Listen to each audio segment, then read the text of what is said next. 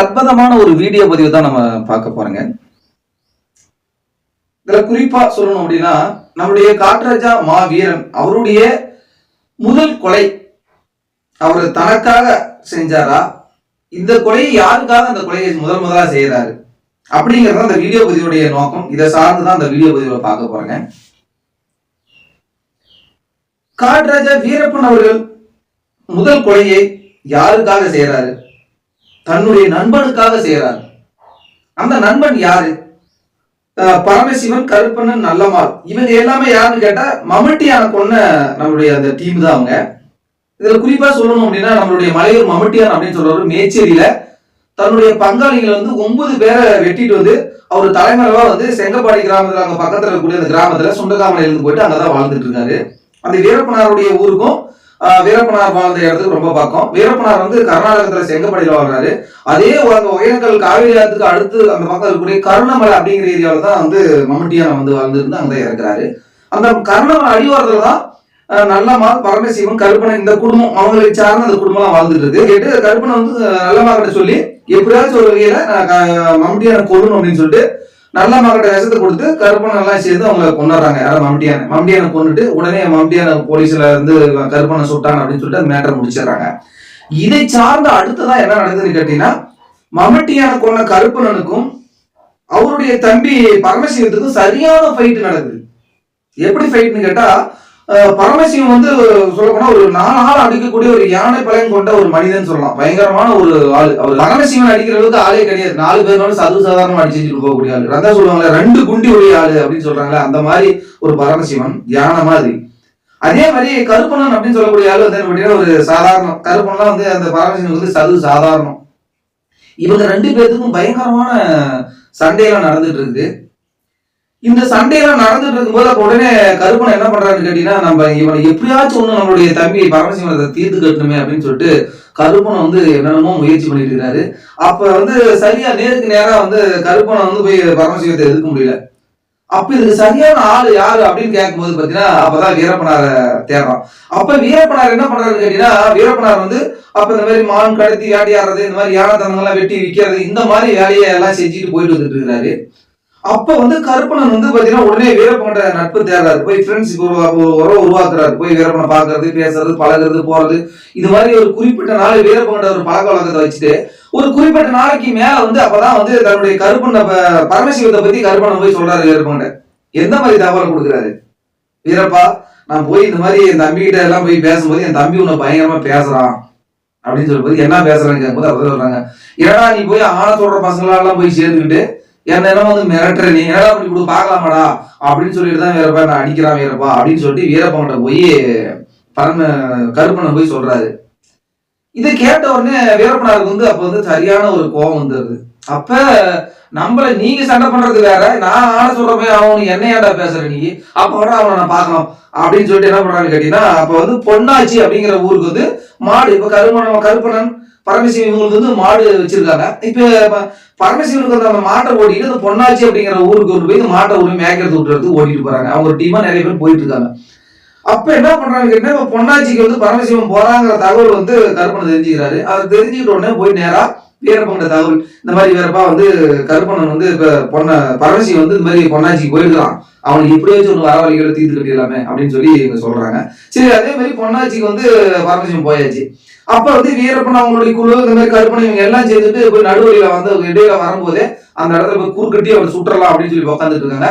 அதே மாதிரி மம்முட்டியா கருப்பன் கையில ஒரு துப்பாக்கி, வீரப்பனாரு இவங்க டீம் எல்லாம் வச்சிருக்காங்க. நீ வந்த உடனே என்ன சொல்ற, கருப்பனை நீ தாண்டா வரணும்னு சொல்ற, தம்பி சொல்ற அப்படின்னு சொல்லி உட்கார வைக்கிறாங்க. அதே மாதிரி பரமசிவன் வர அப்படி பரமசிவன் வரும்போது பாத்தீங்கன்னா கருப்பன் அந்த தம்பியை பார்த்த உடனே கைக்கு எல்லாம் துப்பாக்கியோட நடுக்கு எடுத்துக்குது. அப்ப நடுக்கு எடுத்த உடனே பார்த்த உடனே ஓகே நீ சரிப்பட்டு வர மாட்டா அப்படின்னு சொல்லிட்டு வீரப்பனார் அப்ப அந்த பரமசிவனை போட்டு தெரியாரு. பரமசிவனை போட்டு தள்ள மட்டும் இல்லாத அந்த பரமசிவனை அங்கேயே எடுத்து வச்சு அங்கேயே கட்ட ரெடி பண்ணி அங்கேயே எரிச்சிடுறாங்க. அது எரிச்ச பிறகு அப்ப அதுக்கு பின்னால என்ன ஆகுதுன்னு கேட்டீங்கன்னா, இந்த மாதிரி கருப்பன் போலீஸ் பிடிச்சிட்டு போயிட்டு அவங்க உள்ள ஜெயிலாம் வெளியே வந்துடுறாரு. ஆனா இந்த முதலா செஞ்ச கொலை வீரப்பனுக்கும் பரமசிவனுக்கும் எந்த ஒரு தொடர்புமே இல்லாம சம்பந்தம் இல்லாத ஒரு கொலை. இந்த கொலையினுடைய நோக்கம் என்னன்னு கேட்டீங்கன்னா, ஒரு ராமாயணத்துல வரக்கூடிய ஒரு கதாபாத்திரத்தை இது கூட நான் ஒப்பிடுறேன். இப்ப நீங்க நினைக்கலாம், இது பழங்கால கடந்த ஒரு ராமாயணத்தையும் இன்னைக்கு நடந்த இந்த கலியுகத்தில் நடந்த இந்த கதையும் கொண்டாந்து இங்க ஜாயின் பண்றீங்க அப்படின்னு சொல்லி நினைக்கலாம். இல்லைங்க, இது வந்து என்னன்னு கேட்டா அது கூட ஒப்பிட்டு அது காட்டக்கூடிய விஷயத்தை தான் நான் சொல்றேன். இப்ப ராமாயணம் அப்படின்னு சொன்ன உடனே ராமாயணத்துல வந்து ராமர் வந்து மிகப்பெரிய ஒரு மன்னன். அவர் தான் வந்து அந்த ராமாயணத்தை இயக்கக்கூடிய ஒருவனுக்கு ஒருத்தி அப்படின்னு வாழ்ந்த நம்மளுடைய ராமர். அந்த ராமருடைய வாழ்க்கையில சம்மந்தப்பட்ட ஒரு விஷயம் தான் ஒருவனுக்கு ஒருத்தி அப்படின்னு வாழ்ந்த நம்மளுடைய ராமர். அந்த கதையோட இது ஒப்பிடுது. எப்படின்னு கேட்டீங்கன்னா, அங்க வாலி சுக்ரீவன் அப்படின்னு சொல்லக்கூடிய வானர சேனைகள் வந்து அவங்க வந்து வானரர்கள் வந்து சிறப்பா இருந்திருக்காங்க. அப்ப வாலி அப்படின்னு சொல்லக்கூடியவர் வந்து ஒரு பயங்கரமான, இதே மாதிரி நம்மளுடைய பரமசிவன் அது எப்படியோ அது போல ஒரு யானை பலம் அடைத்த மன்னன் தான் வந்து அந்த வாலி அப்படின்னு சொல்லக்கூடியது. சுக்ரீவன் அப்படின்னு சொன்ன உடனே சுக்ரீவன் வந்து அவர்களுக்கு பெருசா சண்டை போட்டு சரியா வாலி கூட சண்டை போற அளவுக்கு அந்த மாதிரி அந்த பவர் இல்லாத ஒரு மனிதன் அப்படின்னு சொல்ல போனா, இங்க கருப்பணன் அப்படின்னு சுக்ரீவன் அப்படின்னு சொல்லக்கூடியது அந்த கருப்பணன் அப்படின்னு சொல்ற மனிதன். இந்த வாலிக்கும் சுக்ரீவனுக்கு சண்டை வரும்போது அப்ப சுக்ரீவன் என்ன செய்யறாரு, எப்படியாச்சும் ஒண்ணு நம்ம வாலியை வந்து நம்ம கொண்டாடணும் நம்ம தம்பி அப்படின்னு சொல்லிட்டு சுக்ரீவன் யோசிக்கிறாரு. அப்படி யோசிக்கும் போது தான் என்ன பண்றாருன்னு கேட்டீங்கன்னா, இப்ப நமக்கு ஆளுமே இல்லையும் போது அப்ப சீதையை தேடிட்டு நம்மளுடைய ராமன் போறாரு. அப்ப ராமன் கிட்ட போய் சுக்ரீவன் போய் ராமன் கிட்ட தஞ்சம் வந்துட்டு எப்படியாச்சும் ஒண்ணு என்னுடைய தம்பி இந்த மாதிரி பண்றான், வாலியை கொல்லணும் அப்படின்னு சொல்லிட்டு ராமன் கிட்ட சொல்றான். அதே போலதான் வந்தோடனே இப்படி மாதிரி பரமசிவன் செய்யக்கூடிய செயலை வந்து நேரா வந்து கருப்பன் என்ன பண்றாரு, வீரப்பன்கிட்ட போய் சொல்லி எப்படியாச்சும் இந்த பரமசிவனை கொல்லணும் அப்படின்னு சொல்லிட்டு வீரப்பனார்கிட்ட சொல்லி பரமசிவனை வந்து போட்டு தர்றாங்க. அதே போலதான் வந்து அந்த ராமாயணத்திலேயே வந்து வாலி அப்படிங்கிறவன் வந்து சுக்ரீவன் அப்படிங்கிறவர் வந்து போய் ராமன் கிட்ட சொல்லி ராமன் மூலியமா ஒளிவானம் போட்டுதான் அந்த வாலியை கொள்றாங்க. அதே போலதான் வந்து வீரப்பனாருக்கும் பரமசிவனுக்கும் நேரடியான எந்த ஒரு பகையும் இல்லை, தொடர்பும் இல்லை. ஆனா ஒரு நண்பனுக்காக செஞ்ச முதல் கொலை அதுதான். இதை சார்ந்த ஒரு சிறப்பான தகவலை நம்மளுடைய மம்முட்டியான் வாழ்ந்த காலத்திலிருந்து அதனுடைய அனுபவம் சார்ந்த நம்மளுடைய டிபி பெருமாள் அப்படிங்கிற நம்மளுடைய ஐயா அவர்கிட்ட நம்ம பார்க்கணும். ஐயா உங்க பேர் என்னங்க ஐயா? என் பேர் டிபி பெருமாள். பேர் என்ன ஊருங்கய்யா? ஐயா இப்ப இது என்னன்னு கேட்டீங்கன்னா, இப்ப மம்முட்டியான் வந்து வாழ்ந்துட்டு இருக்காரு, மேச்சியர்ல இருந்து வந்து 9 பேர்த்த வெட்டிட்டு வந்து வாழ்றாரு. அப்படி வாழ்ந்துட்டு இருக்கும்போது நல்லமா அப்படிங்கிற ஒரு அம்மா கிட்ட வந்து ஒரு கனெக்ஷன் ஆயிடுறாரு மம்முட்டியான். அவங்கள வந்து கோசகாயில வந்து மறந்து வச்சு கொண்டாடுறாங்க. இப்ப கருப்பணன் பரமசிவன் இவங்க எல்லாமே தான் அவங்க நல்லமாவுடைய அண்ணன் இவங்க. ஆனா கருப்பணன் அப்படிங்கிறவர் தான் மம்முட்டியான கொள்றாங்க, அந்த டீமு தான் அப்படின்னு சொல்றாங்க. பரமசிவத்தை ஏன் வீரப்பன் எதனால சுட்டு கொள்றாரு, அதுக்கு என்ன காரணம்? மம்முட்டியான் சாவறதுக்கு ஒரு 2 நாளைக்கு முன்ன நான் கூலித்துல மாடு மேய்ச்சிட்டு இருக்கிறேன். எப்பயுமே எங்கிட்டலாம் வருவா. அப்படி மம்முட்டியான் வந்து பால் மோர் தயிர் கறி வேணுமா எது வேணுனாலும் எங்கிட்ட தான் கேட்டு வாங்கிட்டு போவார், சாப்பிடுவார். நல்லா சோசியலிட்டாக நம்ம குடியானோம்னா வந்து பழகுவார். இப்படி இருக்கிற நேரத்தில் ஒரு 4 மணி இருக்கும் சாயந்தரம். 4 மணிக்கு அங்கேருந்து வந்தாப்படி வந்ததும் எங்கடா எல்லாருமே இல்லை அங்கே அப்படின்னாரு. எல்லாரும் மாட்டுக்கு போனோம், இன்னும் வரலாம் அப்படின்னு வரல அப்படின்னு வரல அப்படின்னா என்னைக்கு வந்தாலும் எத்தனை சட்டியில் இந்த ஏடை இருக்குது இல்லை பாலை அதை சாப்பிடுவாரு. அதெல்லாம் ஒரு சட்டை எடுத்துக்கிட்டாரு, பூரா வலிச்சு போடுறா சாப்பிட்றான்னு சொல்லி பூரா வலிச்சு போட்டேன். சாப்பிட்டாரு. சாப்பிட்டுட்டு ஏதாவது சாமி சரி சொல்ல மாட்டேங்குதுடா, சரி சொல்ல மாட்டேங்குது. இந்த புரோடியில் பால் நிறைய ஊற்றுறா. ஒரு புரோடி சோழப்பூட என்றைக்கும் வச்சுக்கிட்டு இருப்பாரு. அந்த புரோடியில் நிறைய பாலை ஊற்றி புற ஊற்றுறா அப்படின்னாரு. புற ஊற்றி கொடுத்தேன். சாமி சரியாக சொல்ல மாட்டேங்குது. நான் கிழக்க ஒரு வேலையை போயிட்டு வரேன்.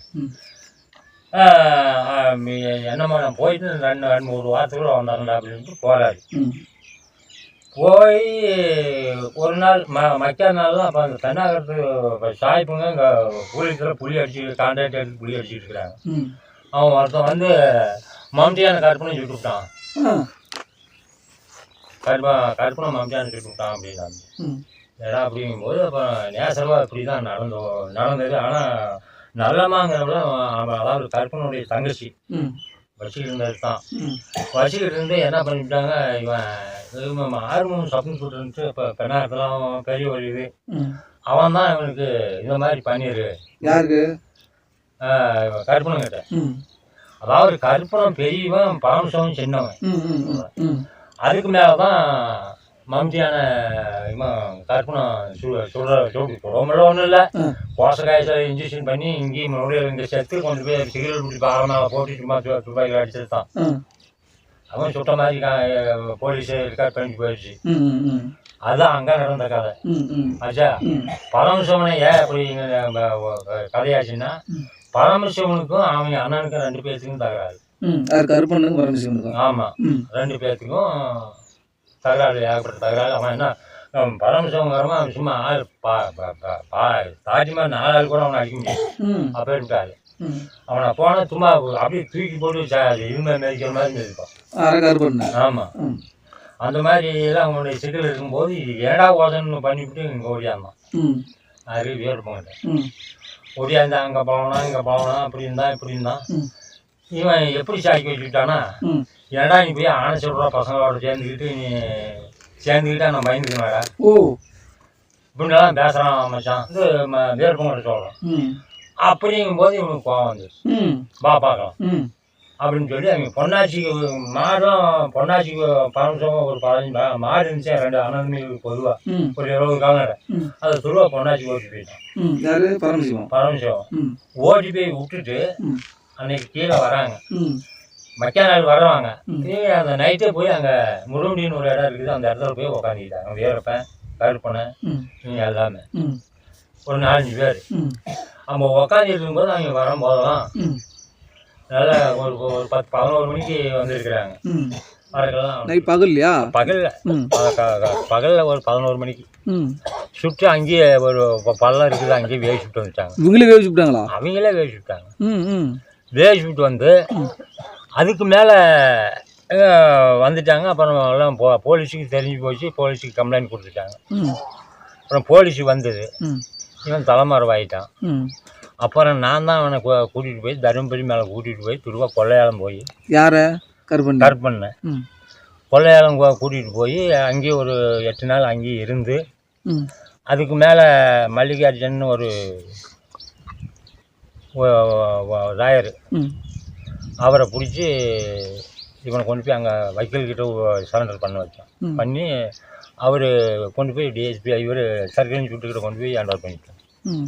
என்ன கூட்டிகிட்டு வந்தாங்க.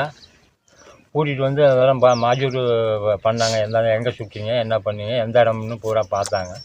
எல்லாம் ரெக்கார்ட் பண்ணிட்டு போய் அவனுக்கு கேஸ் போட்டு மைசூர் சென்ட்ரல் ஜெயிலில் இருந்தான். ஒரு 8 மாதம் உள்ளே இருந்தான். உள்ளே இருந்த கேஸ் முடிச்சுக்கிட்டு அப்புறமா வெளியே வந்துட்டான். மம்முட்டியான் அப்படின்னு சொன்ன உடனே மம்முட்டியா மிகப்பெரிய மந்திரவாதி, இதெல்லாம் பயங்கரமாக போன போய் முட்டாயெல்லாம் வர வைப்பார் மந்திரத்தில் அப்படின்லாம் சொல்கிறாங்க. அது போய் அது எப்படி பண்ணாது? அதெல்லாம் போய் அவர் ஒரு என்னமோ ஒரு இது ஒரு காப்பு போட்டிருப்பாரு. அதுதானே தவிர வேற அந்த குடிச்சாத்தி மந்திரம் யந்திரம் அதெல்லாம் கிடையவே கிடையாது. எங்க கூட இப்போ குழந்த மாதிரி இருந்தவர். சரி, இந்த மாதிரி மம்முட்டியான்னு சொன்னோடனே எல்லாருமே பயப்படுறாங்க. மம்முட்டியா அந்த மாதிரி பெண்களை அவங்கள கற்பழிச்சதெல்லாம் உண்டா? அந்த பழக்கமே அவங்ககிட்ட கிடையாது. ஒருத்தங்கிட்ட வழியில போறவங்க கிட்ட மிரட்டி காசு வாங்கறது, ஒரு பொம்பளை வந்தால் அனாவசியமாக கெடுக்கிறது, இந்த மாதிரி ஒரு நகை நட்டு வந்தால் போனால் புடுங்கிறது, அந்த மாதிரி அபிப்பிராயமே அவன் கிடையாது. எதுவுமே கிடையாது. எதுவுமே அந்த பழக்கமே கிடையாது.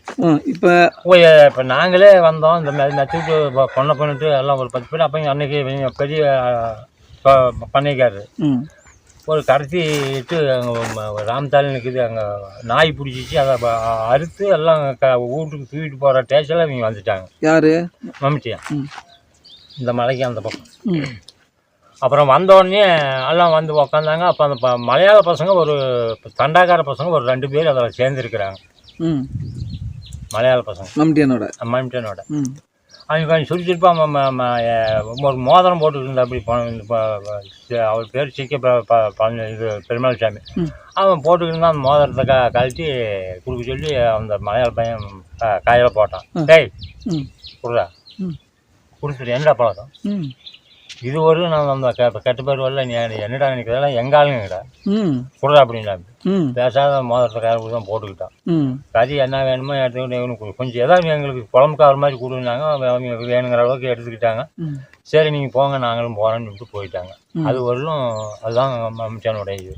யாருடைய ஒரு 10 பைசா கூட 10 பைசா கூட மம்முட்டியா வந்து என்னன்னு சொல்லுவாருன்னா, இப்போ நீயே இருக்கிற அப்படின்னா ஊருக்குள்ள இந்த மாதிரி ஏதாவது நான் 9 கொலை செஞ்சுட்டு வந்துட்டேன், ஏதாவது பிச்சை கொடுங்க, ஆளுக்கு 10 ரூபாயா 100 ரூபாயா இந்த மாதிரி கொடுங்க அப்படின்னு தான் கேட்பாப்பு. சரிப்பா, மம்முட்டியான் வந்து மேச்சேரியில் அவர் பிறந்து வளர்ந்து வெட்டினது. எப்படி செங்கப்பாடியில் எப்படி வந்து அவர் ஐக்கியமானார்? அப்படியே காட்டுக்குள்ளேயே புகுந்து எப்படி வந்து இங்கே செட்டில் ஆகிட்டாங்க.